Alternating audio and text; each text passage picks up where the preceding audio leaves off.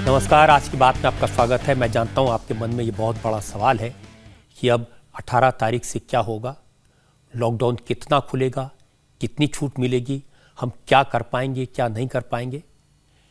इस बारे में मुझे आपसे बहुत सारी अहम बातें करनी है, ऐसी बातें जो कोई और आपसे नहीं करेगा।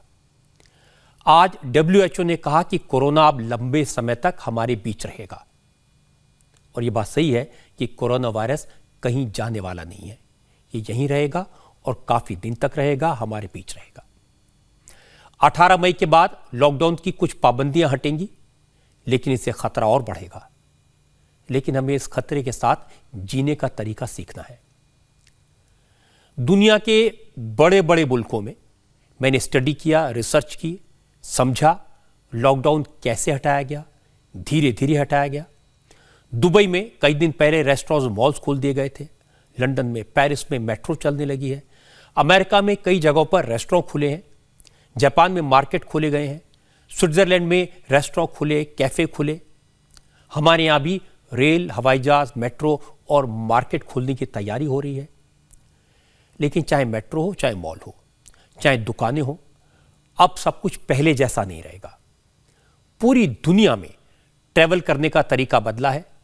मेट्रो में, बस में, पब्लिक ट्रांसपोर्ट में सफर करने का कायदा बदला है। दफ्तरों में काम करने का तरीका बदला है। रेस्टोरेंट में बैठने का तरीका बदला है। रेस्टोरेंट में ऑर्डर करने का और खाने का तरीका बदला है। और हमारे मुल्क में तो 18 मई से रेहड़ी पटरी वालों के माल बेचने का तरीका भी बदलेगा। दुकानदारों का तरीका बदलेगा, खरीदारों का तरीका बदलेगा। डॉक्टर मरीज को कैसे देखेंगे, यह भी बदलेगा। पिछले 2 महीने से जो पेशेंट ऑपरेशन का इंतजार कर रहे हैं, अब उनका इलाज कुछ और तरीके से होगा। और यह मैं आपको सबूत के साथ दिखाना चाहता हूं, समझाना चाहता हूं। दुनिया के बड़े बड़े शहरों में मेट्रो का सफर कैसे बदला, इसकी रिसर्च हमने की है। फ्रांस में, जापान में, इंग्लैंड में लॉकडाउन के बाद दोबारा मेट्रो सर्विस शुरू तो हुई है, लेकिन पाबंदियों के साथ, बहुत सारी गाइडलाइंस के साथ। फ्रांस में 2 दिन पहले मेट्रो सर्विस रिज्यूम हुई। अभी 75% मेट्रो ट्रेन चल रही हैं। पैसेंजर्स को सफर के दौरान मास्क लगाना जरूरी है। स्टेशन के बाहरी यात्रियों को मास्क और हैंड सैनिटाइजर्स प्रोवाइड किए जा रहे हैं। पेरिस में मेट्रो स्टेशन पर हर जगह मार्किंग कर दी गई है। लोग तय जगह पर खड़े हो रहे हैं। जब मुसाफिर मेट्रो के अंदर बैठे तो भी उन्होंने सोशल डिस्टेंसिंग के नॉर्म्स को फॉलो किया। दूसरा कोई रास्ता नहीं है। हर एक पैसेंजर के चेहरे पर मास्क दिखाई दिया। सब के सब एक दूसरे से दूरी बनाकर बैठे हैं। और शुरू के 2-4 घंटे तक तो मेट्रो स्टाफ लोगों को गाइड करता नजर आया, लेकिन अब पेरिस के कई स्टेशन पर लोग खुद ही इन नियमों का पालन कर रहे हैं। क्या करना है, क्या नहीं करना है, यह बताने की जरूरत भी नहीं पड़ रही। लंदन में अंडरग्राउंड ट्यूब में ज्यादा भीड़ ना हो, इसके लिए सिर्फ 60% ट्रेनों को चलाने की इजाजत मिली है। फिलहाल 40 मेट्रो स्टेशन को बंद रखा गया है। वैसे लंदन में दोबारा चहल पहल शुरू हो चुकी है। सड़कों पर गाड़ियां हैं। सरकार ने लॉकडाउन रेस्ट्रिक्शन में ढील जरूर दी है, लेकिन उन जगहों पर एरियल सर्विलांस भी किया जा रहा है जहां पर कोरोना के केसेस सामने आए थे। जापान का दिखाता हूं आपको मैं। जापान आज कोरोना इमरजेंसी से बाहर निकला है। 8 शहरों को छोड़कर बाकी 39 शहरों में कमर्शियल एक्टिविटीज और पब्लिक ट्रांसपोर्ट शुरू हो गया। टोक्यो और ओसाका जैसे शहरों में अभी पाबंदियां लगी हुई हैं, लेकिन दूसरे शहरों में मेट्रो सर्विस शुरू हो गई। और आज मेट्रो स्टेशन पर लोगों की चहलकदमी दिखाई दी, लेकिन स्टेशन पर कोरोना से जंग के सारे इंतजाम थे। लोगों को मास्क दिए गए, सैनिटाइजर जगह जगह रखे गए हैं। और अच्छी बात यह है कि लोग नियम कायदों का पालन करते नजर आए। ये असल में जापान का कैरेक्टर भी है। अमेरिका के पास मेक्सिको है। मेक्सिको सिटी में 50 लाख लोग मेट्रो से सफर करते हैं, लेकिन अब यहां लोगों ने मास्क को अपनी आदत बना लिया है। 90% पैसेंजर्स मास्क लगाकर ट्रैवल कर रहे हैं। लोगों को जागरूक बनाने के लिए नए नए इनिशिएटिव दिए जा रहे हैं। मेट्रो स्टेशन में क्लाउन को खड़ा किया गया है ताकि कोरोना को रोकने के लिए लोगों को हैंड सैनिटाइज करने के लिए और सोशल डिस्टेंसिंग के बारे में इंटरेस्टिंग तरीके से जानकारी दी जा सके। अब सवाल यह कि अगर दिल्ली में, मुंबई में, कोलकाता में मेट्रो सर्विस शुरू हुई तो क्या बदलेगा। दिल्ली की कुछ इंफॉर्मेशन मेरे पास में है, यहां तैयारियां हुई हैं। स्टेशन की बदली हुई तस्वीर कैसी नजर आएगी ये मैं आपको दिखा सकता हूं। दिल्ली मेट्रो में पैसेंजर्स को अब सोशल डिस्टेंसिंग का पालन करना होगा। मेट्रो कोच में अब एक सीट छोड़कर लोगों को बैठना होगा। इसके लिए मेट्रो ने सीट पर स्टिकर्स लगाए हैं, यानी अब तक मेट्रो में जो भीड़ होती थी वो तो नहीं होने दी जाएगी। कोई खड़ा नहीं हो सकेगा, आधी सीटों पर लोग बैठेंगे, यानी सिटिंग कैपेसिटी से आधे पैसेंजर्स को लेकर मेट्रो को चलाना पड़ेगा। पिछले 55 दिन से मेट्रो बंद है, 22 मार्च को आखिरी बार चली थी। अब पूरा स्टेशन दिन में कई बार सैनिटाइज होगा। इस वक्त भी दिल्ली मेट्रो के सारे 264 स्टेशंस को और मेट्रो प्रोमाइसेस को सैनिटाइज किया जा रहा है। इसके साथ मेट्रो फीडर बसों को भी डिसइंफेक्ट किया गया है। इससे पहले मेट्रो में करीब रोजाना 15 लाख पैसेंजर सफर करते थे, लेकिन 18 मई के बाद सारी ट्रेन तो नहीं चलेंगी। कुछ सेलेक्टेड रूट पर मेट्रो चलेगी और इसके अलावा ट्रेन कम स्टेशन पर रुकेगी। अब स्टेशन पर पैसेंजर्स की एंट्री का तरीका भी पूरी तरह बदल जाएगा। पहले स्टेशन पर आकर सीआईएसएफ के जवान मेटल डिटेक्टर से चेक करते थे, लेकिन अब स्क्रीनिंग ऑटोमेटेड होगी। किसी तरह का फिजिकल कांटेक्ट नहीं होगा। इसके अलावा सिक्योरिटी चेक से लेकर प्लेटफॉर्म तक हर जगह सोशल डिस्टेंसिंग को फॉलो करना होगा। पैसेंजर्स को कहां खड़ा होना है इसकी मार्किंग कर दी गई है। Entrance, lobby, corridor, staircase, escalators, elevators और सिक्योरिटी एरिया को लेकर भी नए क्लीनिंग मैकेनिज्म को फॉलो किया जाएगा। स्टेशन में जगह जगह हैंड सैनिटाइजर का इंतजाम किया जाएगा। जब हमारे यहां बस सर्विस शुरू होगी, उसमें भी दुनिया के बाकी मुल्कों की तरह कड़े कायदे कानून लागू किए जाएंगे। अब मैं आपको दुनिया के दूसरे मुल्कों में बसेस की क्या तस्वीर है यह दिखाता हूं। बोस्निया की तस्वीरें मैं आपको दिखाऊंगा। बोस्निया एंड हर्जेगोविना ये साउथ ईस्टर्न यूरोप का छोटा सा देश है।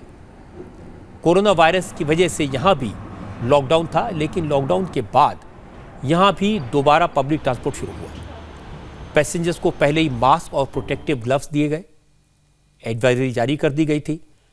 इसके अलावा बसों में सोशल डिस्टेंसिंग मेंटेन करने के लिए सीटों को मॉडिफाई किया गया है। लोगों से कहा गया भाई आप दूरी बनाकर रहें। इसके लिए बसों की कई सीटों पर क्रॉस का निशान लगा दिया गया है। और अच्छी बात है कि लोग इन सब रूल्स को फॉलो करने। बस में, ट्राम में जब एक चक्कर पूरा हो जाता है तो पूरी बस को, पूरी ट्राम को फिर से डिसइंफेक्ट किया जाता है। ब्रिटेन में भी पब्लिक ट्रांसपोर्ट शुरू हुआ है नई गाइडलाइंस के मुताबिक। लंदन में दोबारा बसें चली। वैसे लंदन में 8000 से ज्यादा बसों में रोजाना 60 लाख पैसेंजर सफर करते थे, लेकिन अभी लिमिटेड रूट पर बसें चलाई गई हैं। ज्यादातर पैसेंजर्स नई गाइडलाइंस को फॉलो कर रहे हैं। चेहरे पर मास्क है, बस टेंटर बने सर्किल के अंदर खड़े होकर बसों का इंतजार करते हैं।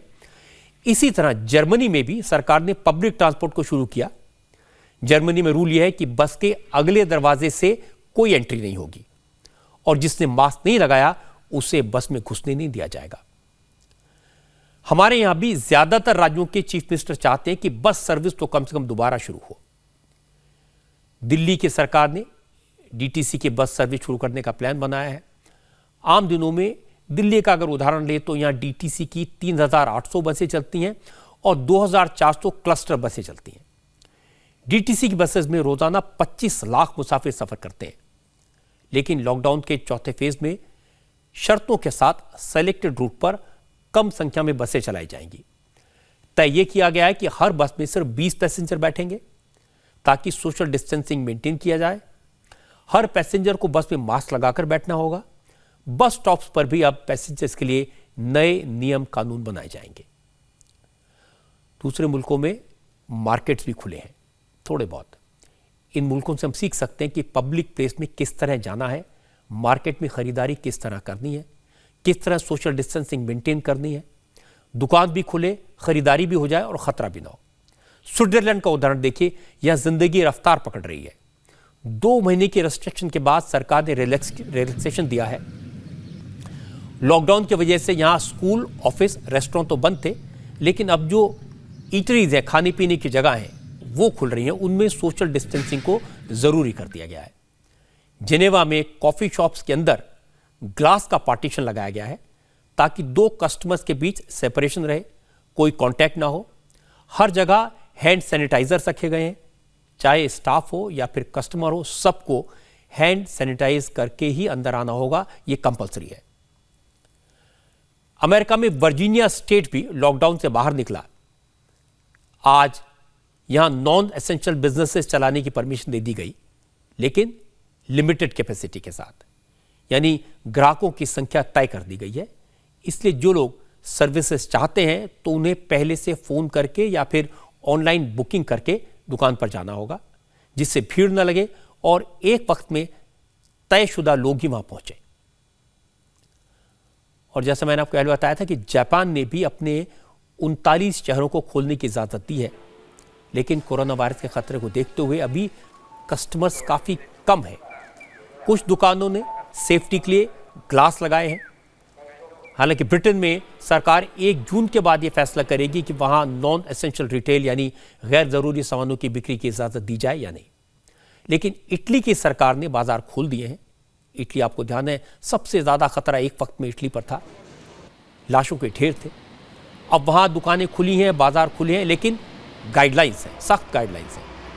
इटली ने एम्प्लॉयज और कस्टमर्स दोनों के लिए मास्क और ग्लव्स पहनना जरूरी कर दिया है, और यह जिम्मेदारी शॉपकीपर्स की होगी कि उनकी दुकान पर भीड़ न लगे। अगर भीड़ लगेगी तो दुकानदार के खिलाफ एक्शन होगा।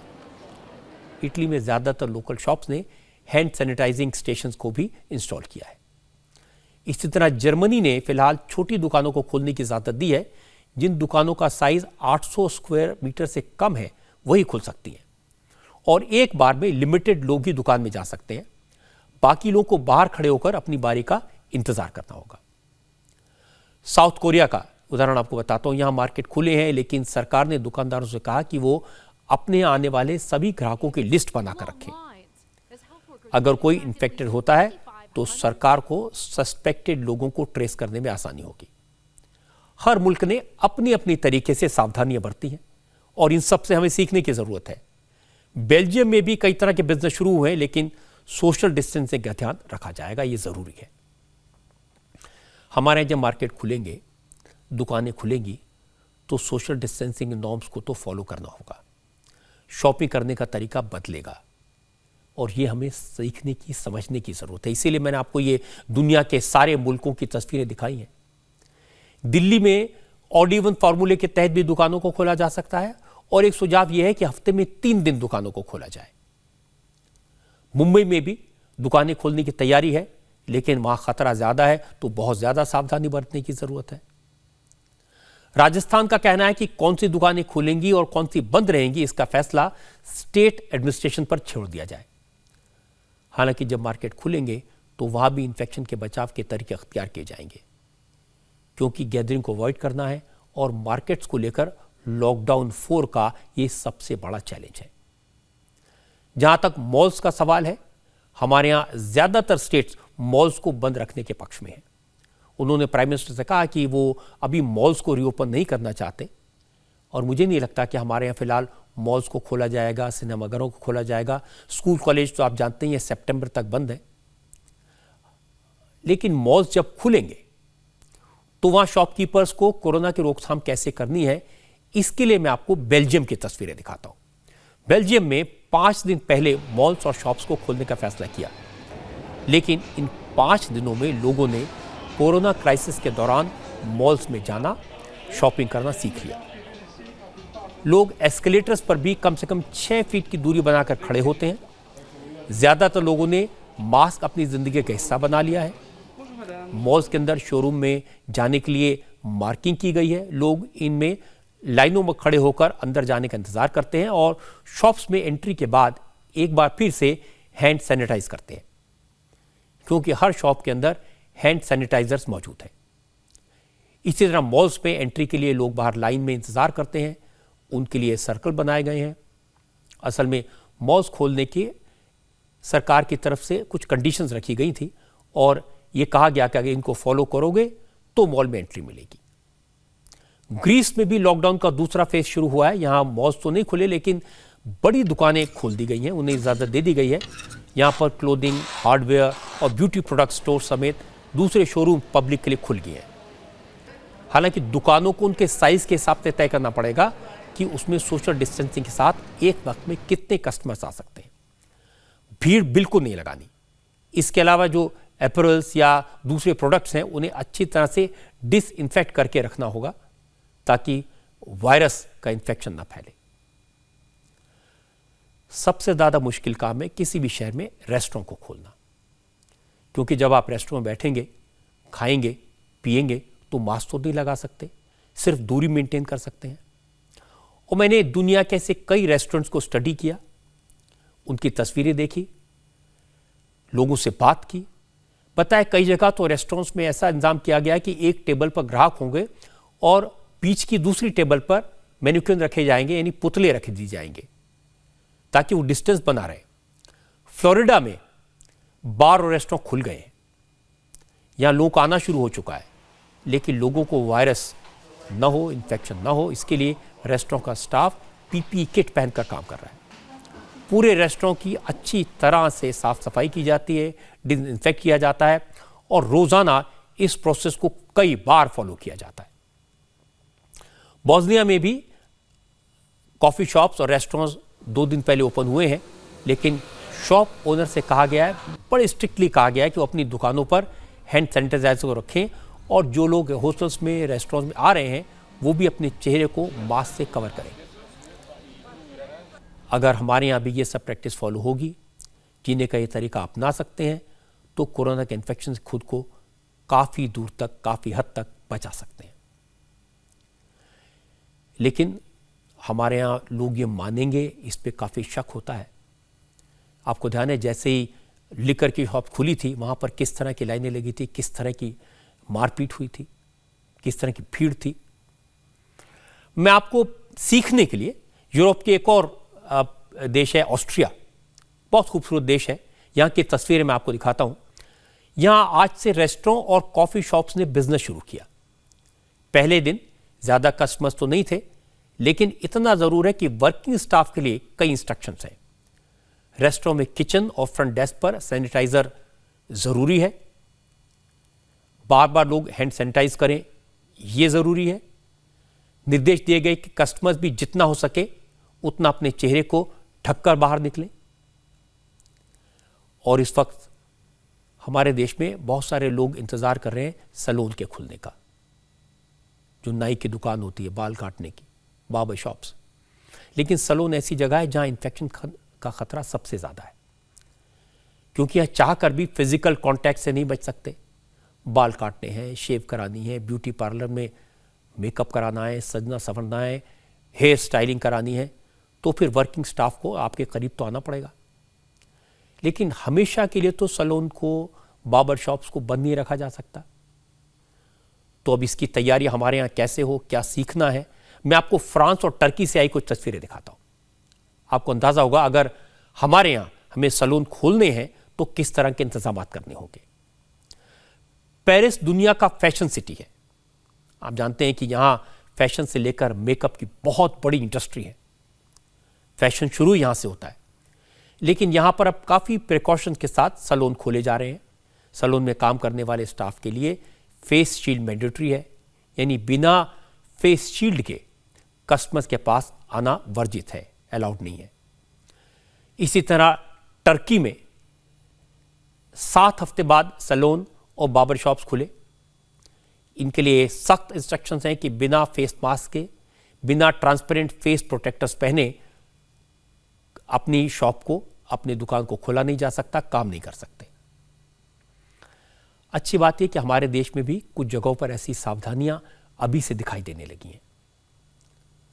गुजरात के नडियाड में सैलून के अंदर काम करने वाले लोग फेस शील्ड के साथ, पूरी पर्सनल प्रोटेक्शन इक्विपमेंट किट के साथ काम कर रहे हैं।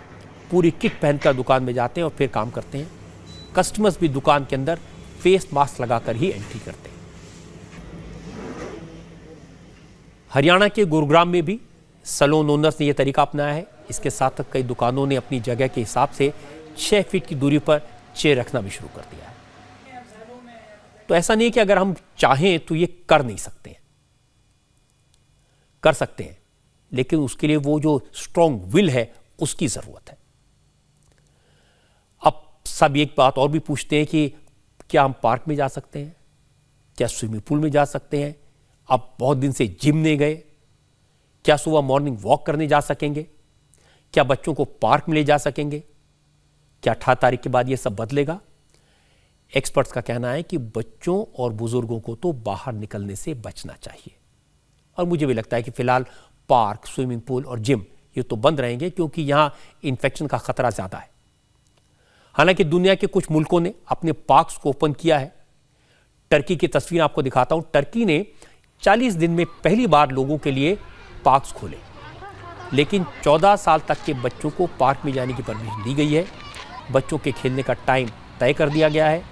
बच्चों को सिर्फ 4 घंटे पार्क में खेलने की इजाजत है। बच्चों के साथ उनके पेरेंट्स का होना जरूरी है और सबके लिए फेस मास्क लगाना कंपलसरी है। वैसे ब्रिटेन और स्पेन ने भी आम लोगों की पार्क्स में एंट्री अलाउ कर दी है, लेकिन स्पेन में पुलिस की निगरानी में ही लोग स्विमिंग और जॉगिंग कर सकेंगे। अब जब मार्केट खुलेंगे, दुकानें खुलेंगी, दफ्तर खुलेंगे, लोग ट्रेन में बैठेंगे, बस में बैठेंगे, बाहर निकलेंगे, कितनी भी सावधानी बरत लें, कोरोना वायरस का खतरा तो बढ़ेगा। इसीलिए हमारे यहां बहुत सोच समझकर फैसले किए जा रहे हैं। बेसिक बात यह है कि सावधानियां तो बरतनी ही पड़ेंगी। बार बार हाथ धोना, सोशल डिस्टेंसिंग का ध्यान रखना जरूरी है, लेकिन साथ साथ इस बात का ध्यान रखना जरूरी है कि इम्यूनिटी कम ना हो। पूरी दुनिया के एक्सपर्ट्स, डॉक्टर्स, चाहे वो लंदन में हो चाहे न्यूयॉर्क में हो, सब एक ही बात कह रहे हैं, इम्यूनिटी स्ट्रांग होना जरूरी है।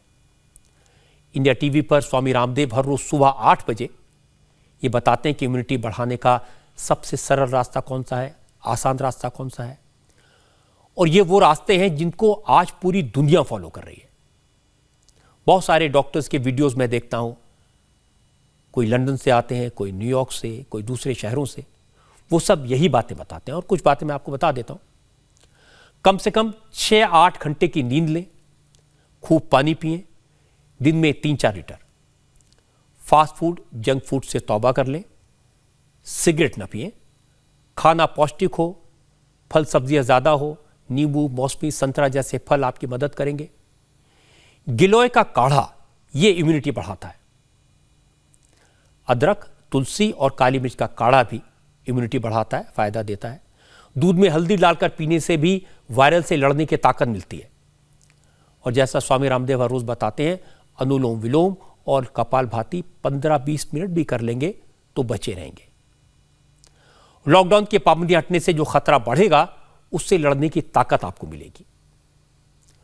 और सबसे बड़ी बात यह कि कोरोना को लेकर टेंशन लेने की जरूरत नहीं। तनाव, चिंता सबसे बड़ा दुश्मन है।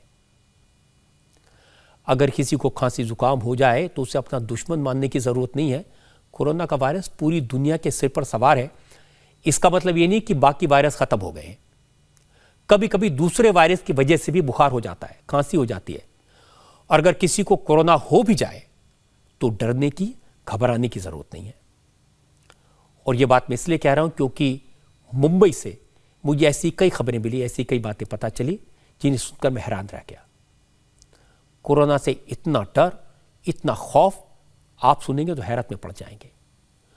कोरोना के डर से पति ने पत्नी को, पूरे परिवार ने महिला को उसके न्यूली बॉर्न बच्चे के साथ अकेला रोड पर छोड़ दिया। बच्चे का पिता बेटे का मुंह देखने नहीं आया।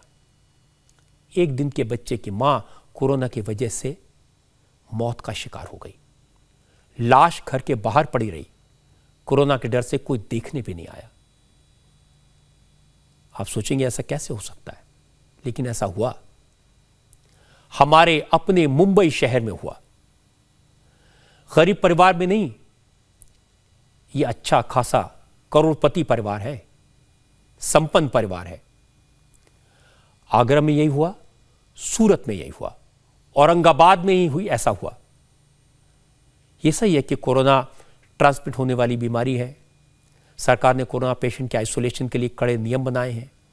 कोरोना से जिनकी मौत होती है उनके अंतिम संस्कार को भी बड़ी सख्ती से एक प्रोटोकॉल के तहत किया जाता है और लोगों को बहुत दुख होता है।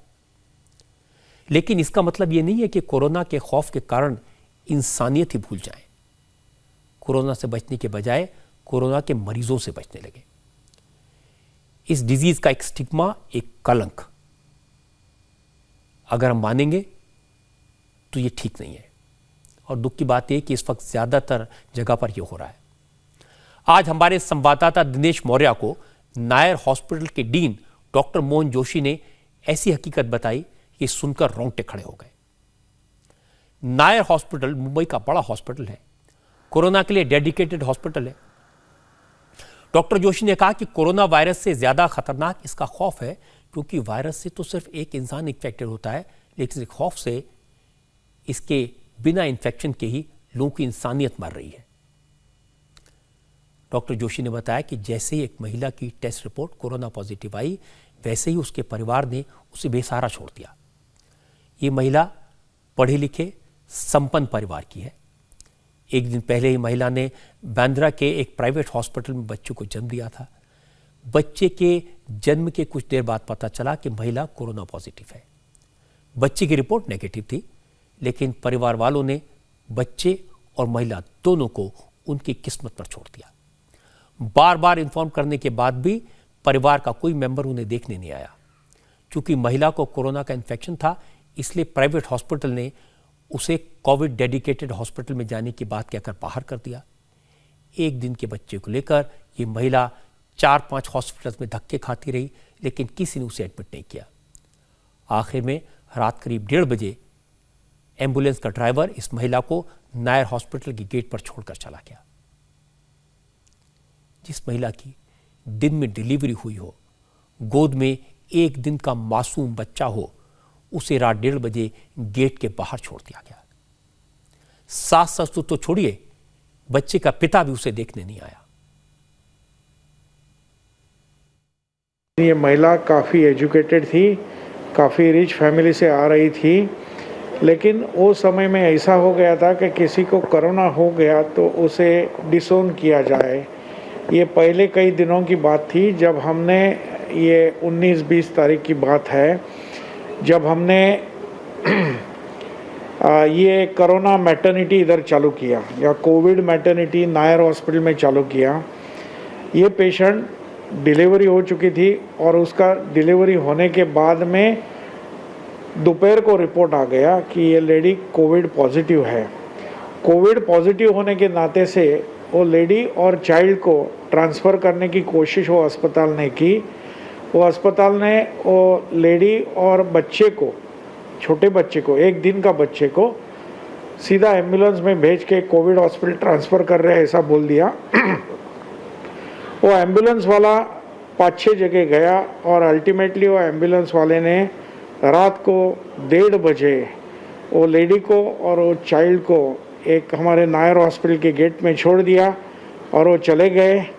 वो लेडी के साथ में उनके न फैमिली मेम्बर थे, न उसके पति थे। तो ये काफ़ी चिंतित होने वाली और हृदयद्रावक कहानी है।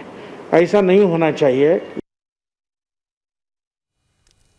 अच्छी बात यह रही कि नायर हॉस्पिटल प्रशासन ने महिला और उसके बच्चे को एडमिट कर लिया।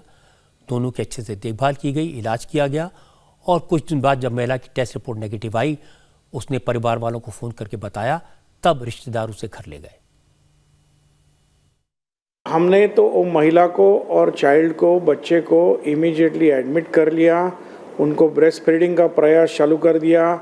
उनको ब्रेस्ट फीडिंग के लिए एजुकेशन कर दिया। उनको मास्क दे दिया और बच्चे को कैसा निगेटिव रख सकते हैं उसके बारे में उनको प्रशिक्षण दिया और इमीडिएटली एडमिट किया। फिर उसकी जब 4-5 दिन के बाद में टेस्ट हो गई और टेस्ट निगेटिव हो गई, तो सब रिश्तेदार लोग आ गए और उसको लेके गए। तो ये काफ़ी तकलीफ देने वाली कथा है। ये ऐसा होना नहीं चाहिए। कम से कम इस केस में तो इस महिला की जान बच गई। ये अकेला मामला नहीं है जहां कोरोना पेशेंट के साथ भेदभाव किया गया हो। डॉक्टर जोशी ने बताया, वो तो रोज ऐसे किस्से देख रहे हैं। कई बार लगता है कि इंसान को हो क्या गया, लोगों की आत्मा मर गई है क्या। डॉक्टर जोशी ने बताया कि कुछ दिन पहले महाराष्ट्र के सतारा जिले की 3 महिलाएं कोरोना के इलाज के लिए हॉस्पिटल में एडमिट हुई थी। इलाज के बाद सभी महिलाएं ठीक हो गई, लेकिन कोई लेने नहीं आया। जब हॉस्पिटल ने उनके वापस जाने का इंतजाम किया गांव वालों को पता लगा तो गांव के बाहर ही एम्बुलेंस को रोककर ड्राइवर के साथ मारपीट की गई। आखिर ड्राइवर तीनों को लेकर वापस लौट आया। 3 महिला हमारे पास थी जो सातारा की थी। पहली बार जब वो लोग गए, हम उनका क्वारंटाइन पीरियड ओवर होने के बाद उनको सातारा में भेजने की कोशिश की, तो सातारा की सीमा पे वो ड्राइवर को बहुत मारपीट हो गई और उनको वापस फिर सेवन हिल्स हॉस्पिटल में लाना पड़ा। तो ऐसी स्थिति होती है कि ये कोरोना के रुग्ण हैं। जब हम लोग क्वारंटाइन का स्टैम्प लगा देते थे किसी के हाथ पे, तो वो भी काफ़ी बुरी तरह से उनको ट्रीटमेंट मिलती थी। डॉक्टर मोहन जोशी ने एक और स्टोरी बताई। इन्हें कहा कि बदलापुर का एक शख्स कोरोना से ठीक होकर घर वापस गया तो सोसाइटी के लोगों ने उसके घर के बाहर ताला लगा दिया और इस तरह के मामले कई जगह से आए हैं। डॉक्टर जोशी के मुताबिक इन दिनों अगर किसी भी शख्स की हॉस्पिटल में मौत हो रही है तो उसके पास पड़ोस के लोग खुद इंक्वायरी करने हॉस्पिटल आ जाते हैं और जानना चाहते हैं क्या मौत कोरोना की वजह से तो नहीं हुई। बहुत सारे समय में ऐसा हो रहा है, एक आधा आदमी गुजर गया तो जब वो मृत्यु हो जाता है तो उसके फैमिली की तरफ सब लोग देखते हैं कि ये कोरोना से नहीं मृत्यु हुआ ना, कोरोना पॉजिटिव था क्या, अगर कोरोना पॉजिटिव था तो ये लोगों को क्या करना चाहिए, ऐसी चीज़ें होती है। और दूसरे ही लोग इधर आके उनका रिपोर्ट फाइंड आउट करने को चालू करते हैं कि भाई ये कोरोना पॉजिटिव है क्या, ऐसा होता है। कई जगह ऐसा हुआ है कि कोई कोरोना पॉजिटिव आदमी नेगेटिव होके अस्पताल से घर में चला गया तो उसका घर बाहर से लॉक कर दिया है। कई जगह ऐसा हो चुका है बदलापुर में कि कोरोना पॉजिटिव रुग्ण अच्छा हो के घर में गया तो कोरोना पॉजिटिव रुग्ण को उसकी पूरी सोसाइटी बाहर के लोगों ने लॉक कर दी और कोई भी सोसाइटी और बिल्डिंग के आदमी को बाहर आना जाना मना ही कर दिया।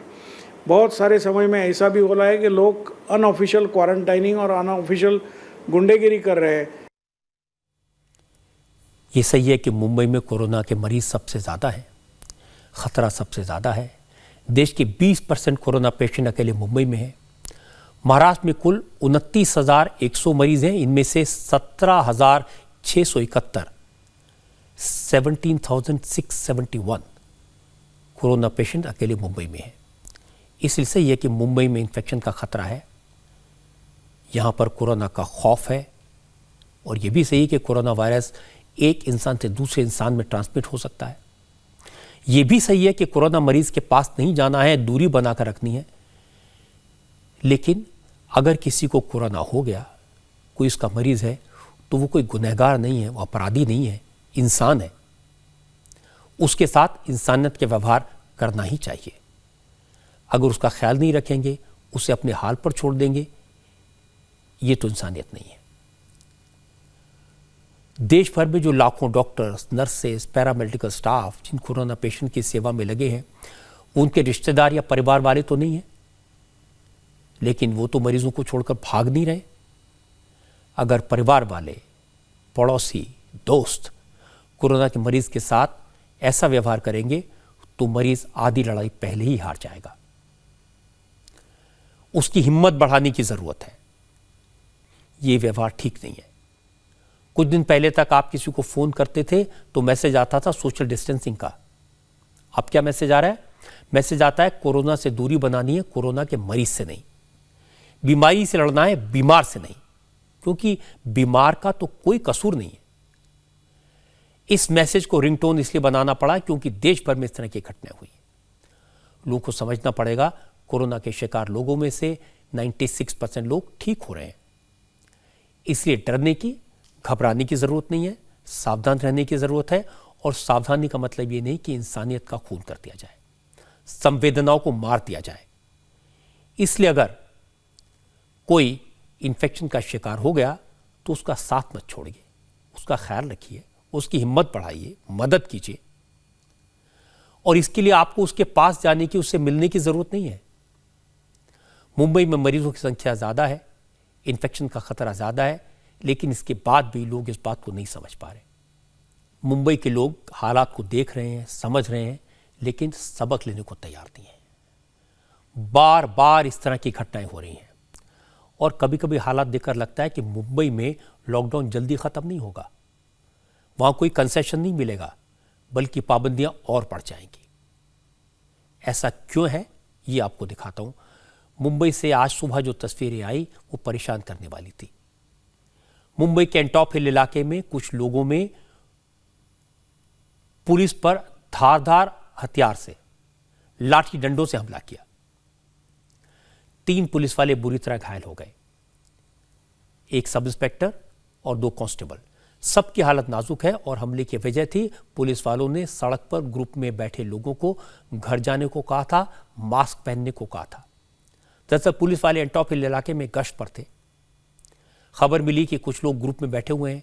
पुलिस वाले मौके पर पहुंचे। पुलिस को देखते कुछ लोग तोड़कर चले गए, कुछ लोग बैठे रहे। इनमें से एक व्यक्ति ने मास्क नहीं पहना था। पुलिस वाले ने पूछा, क्यों बैठे हो, क्या कर रहे हो? जो चले गए थे उन लोगों ने जाकर मोहल्ले में बताया कि पुलिस पूछताछ कर रही है।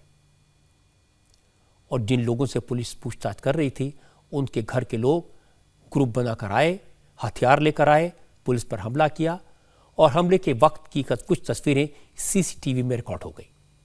इन सीसीटीवी तस्वीरों में आरोपी हमलावर हाथों में गंडासा लेकर जाता हुआ दिखाई दे रहा है। उसके साथ कुछ और हमलावर हैं। अचानक हुए हमले में पुलिस वालों के सिर पर और पीठ पर गहरे जख्म लगे। पुलिस ने 17 लोगों के खिलाफ मुकदमा दर्ज किया है। घटना के बाद मेन आरोपी तो फरार हो गए, अब पुलिस उन्हें ढूंढ रही है। पुलिस ने अभी तक 2 लोगों को अरेस्ट किया है, जिनके नाम वसीम मंसूर और मोहम्मद अफजल हैं। मुंबई पुलिस के डीसीपी प्रणय अशोक ने इंडिया टीवी को वीडियो मैसेज भेजकर घटना की जानकारी दी।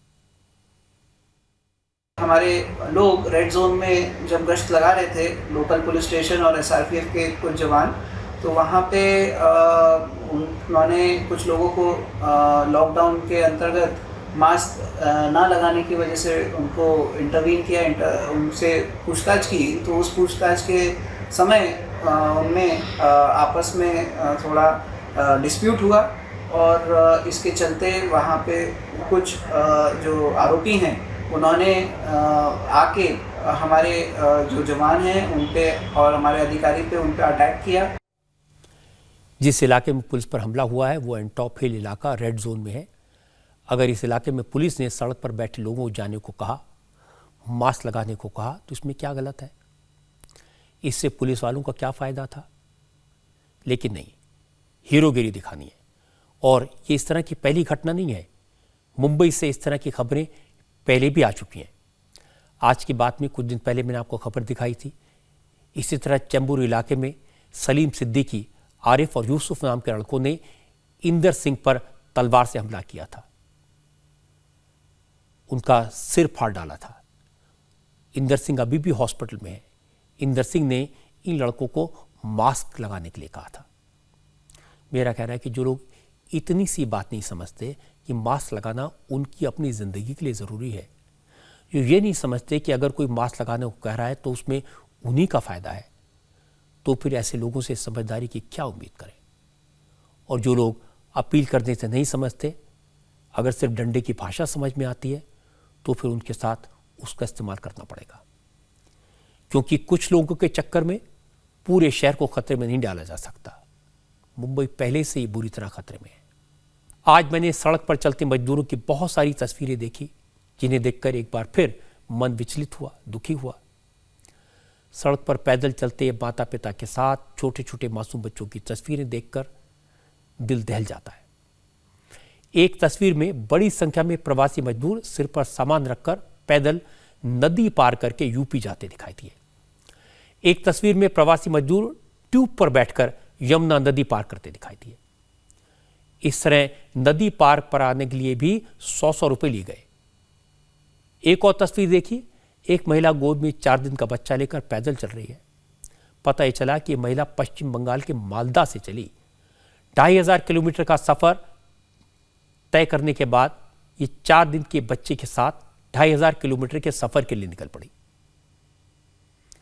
प्रवासी मजदूरों की इन तस्वीरों को देखने के बाद मैंने रिपोर्टर से कहा, इनकी सच्चाई का पता लगाएं, तहकीकात करें।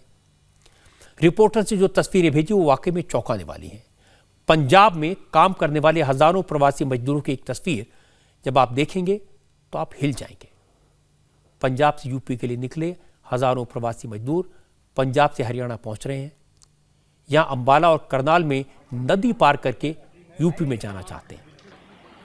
क्योंकि सरकार ने मजदूरों के लिए बसों का इंतजाम किया है, ट्रेन चल रही है, इसलिए हरियाणा सरकार मजदूरों को पैदल घर की तरफ जाने से रोक रही है। और वाकई में हरियाणा सरकार ने बसों का इंतजाम किया है। बॉर्डर पर पुलिस तैनात कर दी है जो उन लोगों को समझाती है, लेकिन लोगों के मन में अजीब सा डर है। पुलिस से बचने के चक्कर में मजदूर अपनी जान खतरे में डाल रहे हैं और नदी के रास्ते उत्तर प्रदेश में जाने की कोशिश कर रहे हैं। करनाल से भी अंबाला जैसी तस्वीरें आई। करनाल पहुंचे प्रवासी मजदूर यूपी पहुंचने के लिए और भी खतरनाक रास्ता चुन रहे हैं। करनाल के घरौंडा में प्रवासी मजदूर यमुना नदी पार कर रहे हैं। यहाँ कुछ लोग प्रवासी मजदूरों की मजबूरी का फायदा भी उठा रहे हैं और नदी पार कराने के लिए 100-100 रुपए ले रहे हैं।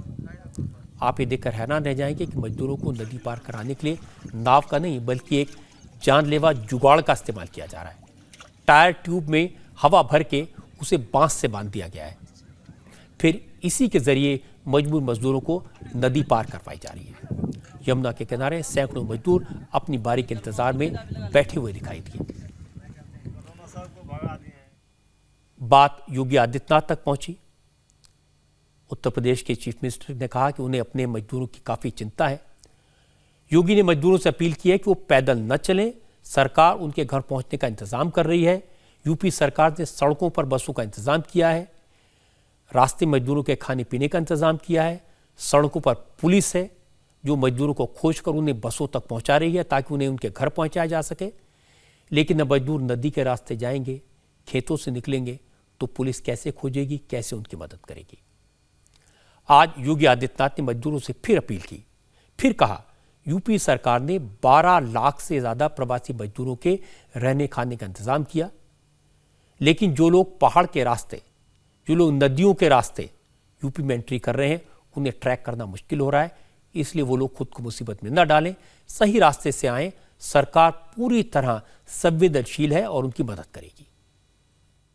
हमारे सामने समस्या है जो लोग पैदल चले आ रहे हैं अन्य राज्यों से, और सड़क से कोई व्यक्ति आए तो उसको कोई वहां पर सुविधा भी दे दे।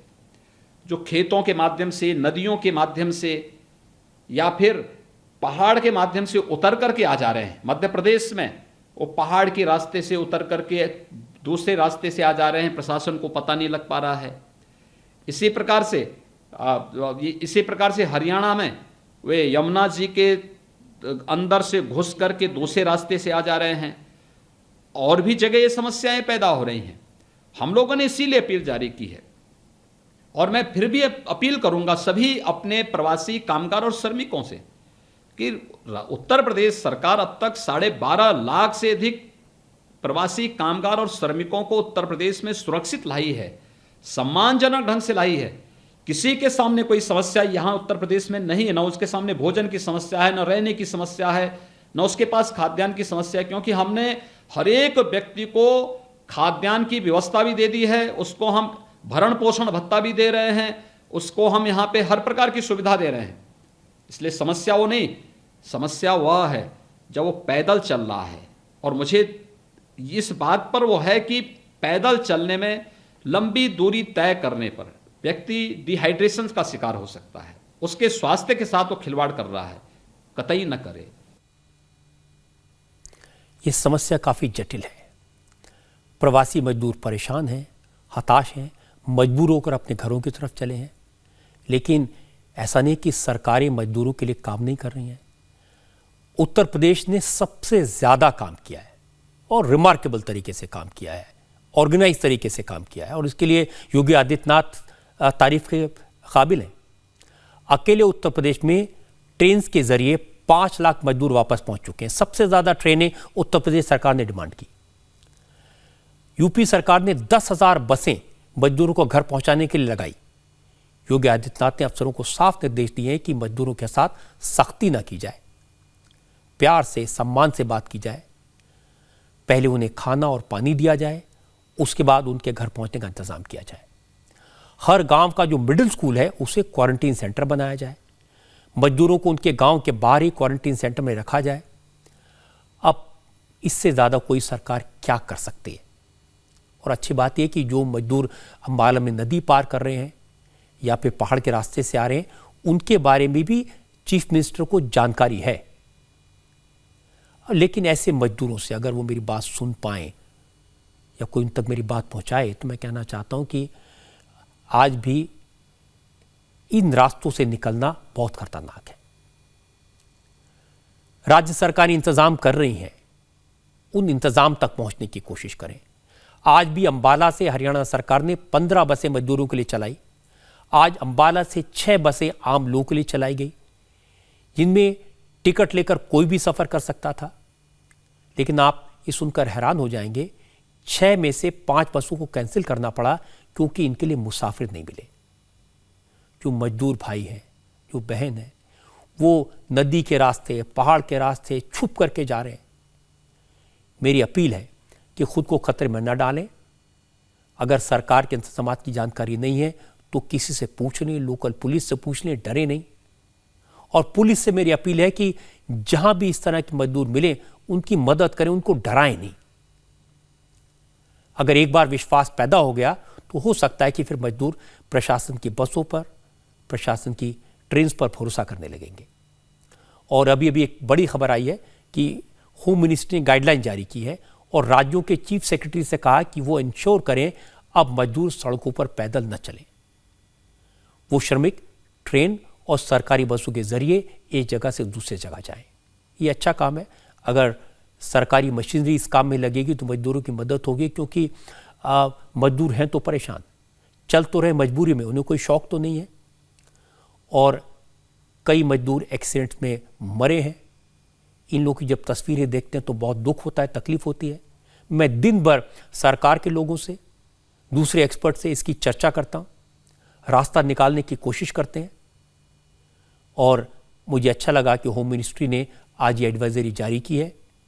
आज भी मैंने सरकार के 3 मंत्रियों से अलग अलग बात की थी, कुछ एनजीओ से बात की थी, आरएसएस के लोगों से बात की थी कि इन मजदूरों को सड़क पर से उनके घर तक, उनकी जगह तक पहुंचाने के लिए क्या रास्ता निकाला जाता है। सब लोग कोशिश कर रहे हैं। और राज्य सरकारों ने, केंद्र सरकार ने प्रवासी मजदूरों को वापस लाने के इंतजाम किए हैं। लेकिन कई जगह अजीब घटनाएं हो रही हैं। मजदूर रास्ते में से लापता हो गए, गायब हो गए। ये कैसे हुआ, ये मैं आपको दिखाऊंगा ब्रेक के बाद। मैंने आपको बताया कैसे केंद्र सरकार और राज्य सरकारें मिलकर मजदूरों को उनके घर वापस भेजने की कोशिश कर रही हैं। सम्मानजनक तरीके से पहुंचाया जाए, आसानी से पहुंचाया जाए। लेकिन नई नई दिक्कतें सामने आती हैं। और एक बड़ा हैरान करने वाला मामला उत्तराखंड में सामने आया। उत्तराखंड के प्रवासी मजदूरों को सूरत से लेकर जो स्पेशल ट्रेन आई थी, उसमें कई मुसाफिर लापता हो गए। जब स्पेशल ट्रेन सूरत से निकली थी तो ट्रेन में 1340 मजदूर सवार थे। जब ट्रेन हरिद्वार पहुंची तो इसमें 1173 मजदूर निकले। 167 यात्री कम थे। अब सरकार परेशान है कि ये 167 लोग कहाँ गायब हो गए। दरअसल मजदूर ट्रेन में बैठते हैं तो उनकी स्क्रीनिंग होती है, गिनती होती है, उनके फ़ोन नंबर, उनके पते नोट किए जाते हैं। डेस्टिनेशन पर पहुंचने पर भी प्रवासी मजदूरों की फिर स्क्रीनिंग होती है, फिर से गिनती होती है। और मकसद ये है कि बीच में मजदूर न उतरें, सीधे क्वारंटीन सेंटर में जाएं। अगर डेस्टिनेशन पर पहुंचने पर किसी यात्री में कोरोना का कोई सिम्टम दिखता है तो उसका कोरोना टेस्ट कराया जाता है। लेकिन अब किसी को पता नहीं कि ये लापता हुए 167 मजदूरों में कोरोना के लक्षण तो थे या नहीं थे। उनके फ़ोन बंद हैं और अब उन पतों पर लोगों को भेजा जा रहा है जो उन्होंने ट्रेन में सवार होते वक्त लिखवाए थे। चिंता की बात तो है। और पहला सवाल ये कि अगर ट्रेन पॉइंट टू पॉइंट थी तो 167 मजदूर बीच में कहाँ उतर गए? ये तो नॉन स्टॉप ट्रेन थी, कहाँ उतरे? और 167 कोई छोटा नंबर नहीं है। दूसरी बात है कि अगर इनमें से कुछ लोगों में भी कोरोना के लक्षण हुए, ये लोग पूरे इलाके में कोरोना फैला सकते हैं। इसलिए इन मजदूरों का पता लगाना भी ज़रूरी है। अगर मजदूर क्वारंटीन से बचने के लिए इस तरह लापता हो रहे हैं तो ये बात ठीक नहीं है।